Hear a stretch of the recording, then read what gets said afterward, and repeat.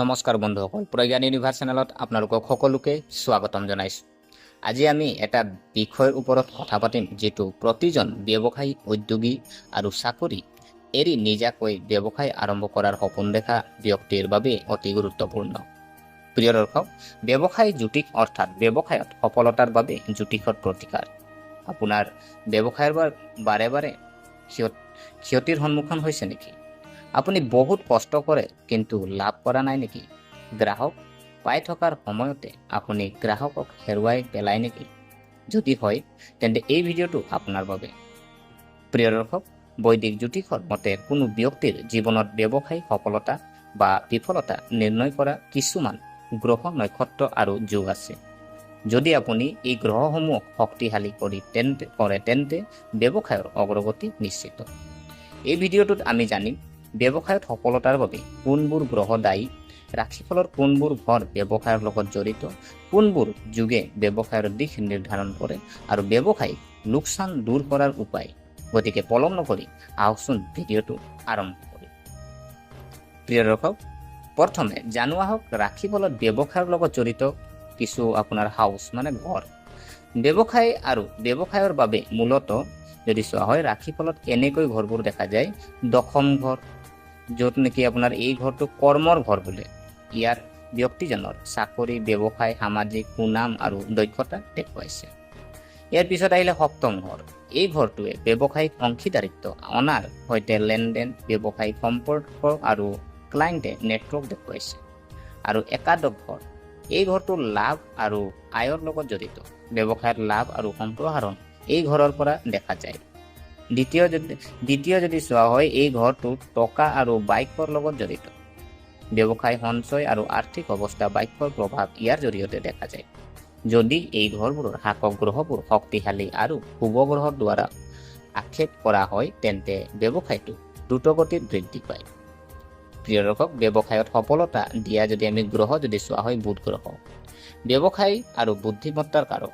যদি আপোনাৰ ৰাশিফলত বুধ শক্তিশালী হয়, তেন্তে আপোনাৰ সিদ্ধান্ত গ্ৰহণ আৰু যোগাযোগৰ দক্ষতা উন্নত হয়, যাৰ ফলত ব্যৱসায়ত লাভ হয়।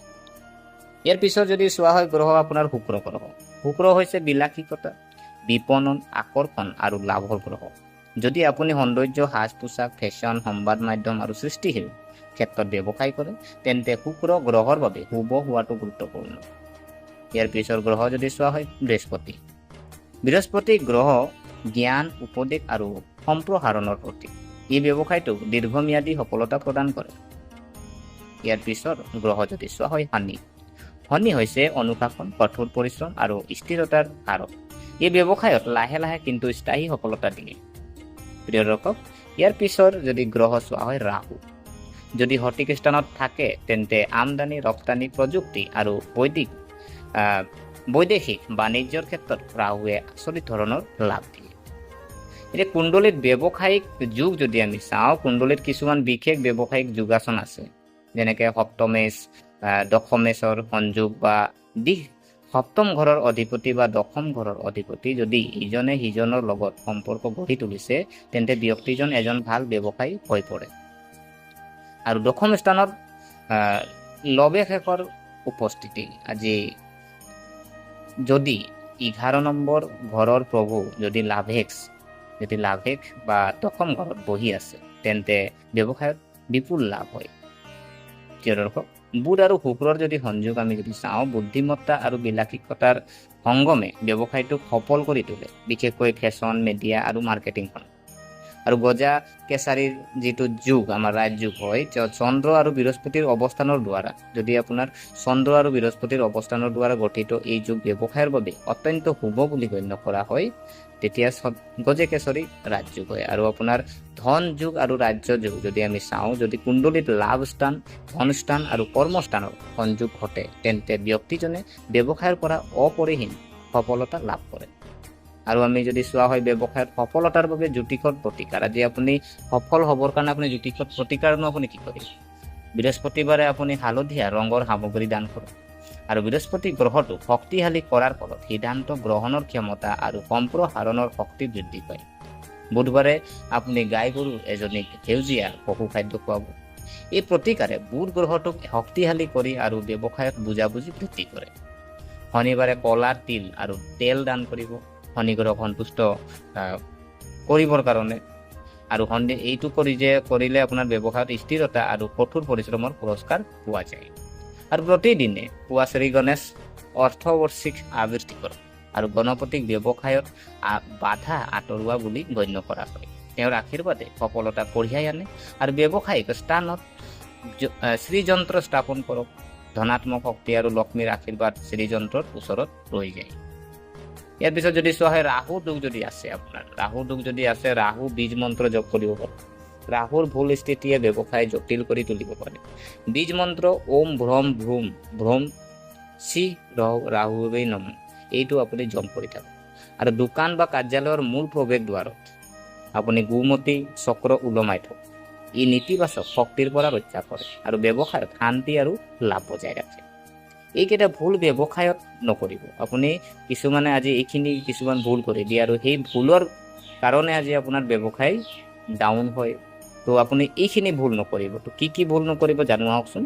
সোমবাৰে কেতিয়াও নতুন ব্যৱসায় আৰম্ভ নকৰিব। এই দিনটো মন আৰু চন্দ্ৰৰ লগত জড়িত অস্থিৰতা আনে।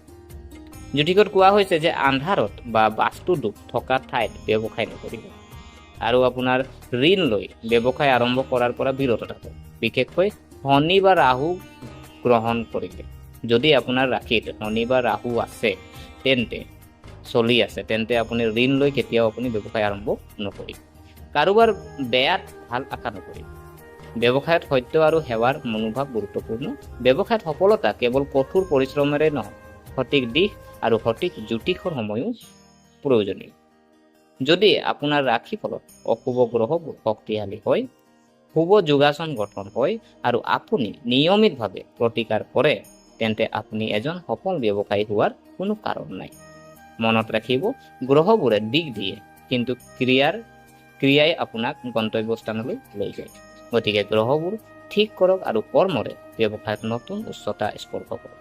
যদি আপুনি এই ভিডিঅ'টো তথ্য সমৃদ্ধি বুলি পাইছিল, তেন্তে লাইক, শ্বেয়াৰ আৰু চেনেলটো যদি ছাবস্ক্ৰাইব কৰিবলৈ নাপাহৰিব। আৰু তলত মন্তব্য কৰি আমাক জনাওক যে আপুনি কেনেধৰণৰ ব্যৱসায়ত আছে আৰু কেনেধৰণৰ জ্যোতিষৰ তথ্য প্ৰয়োজন। তাৰ ওপৰত আমি পৰৱৰ্তী ভিডিঅ'ত বনাম। গতিকে প্ৰিয় দৰ্শক, আশা কৰিছোঁ আপোনালোকে ভিডিঅ'টো চাই ভাল পালে। যদি এই ভিডিঅ'ই আপোনাক কিঞ্চিত মানুহ লাভান্বিত কৰিছে, তেনেহ'লে লাইক কৰিব, কমেণ্ট কৰিব আৰু আমাৰ চেনেলটো যদিহে আপোনালোকে এতিয়ালৈকে ছাবস্ক্ৰাইব কৰা নাই, আকৌ এবাৰ আমি কৈছোঁ যে আমাৰ চেনেলটো যদি ছাবস্ক্ৰাইব কৰা নাই, অনুগ্ৰহ কৰি ছাবস্ক্ৰাইব কৰি আমাক উৎসাহিত কৰিব বুলি আশা থাকিলে পুনৰ লগ পোৱাৰ প্ৰতিশ্ৰুতিৰে আজিলৈ বিদায় মাগিলোঁ। ধন্যবাদ।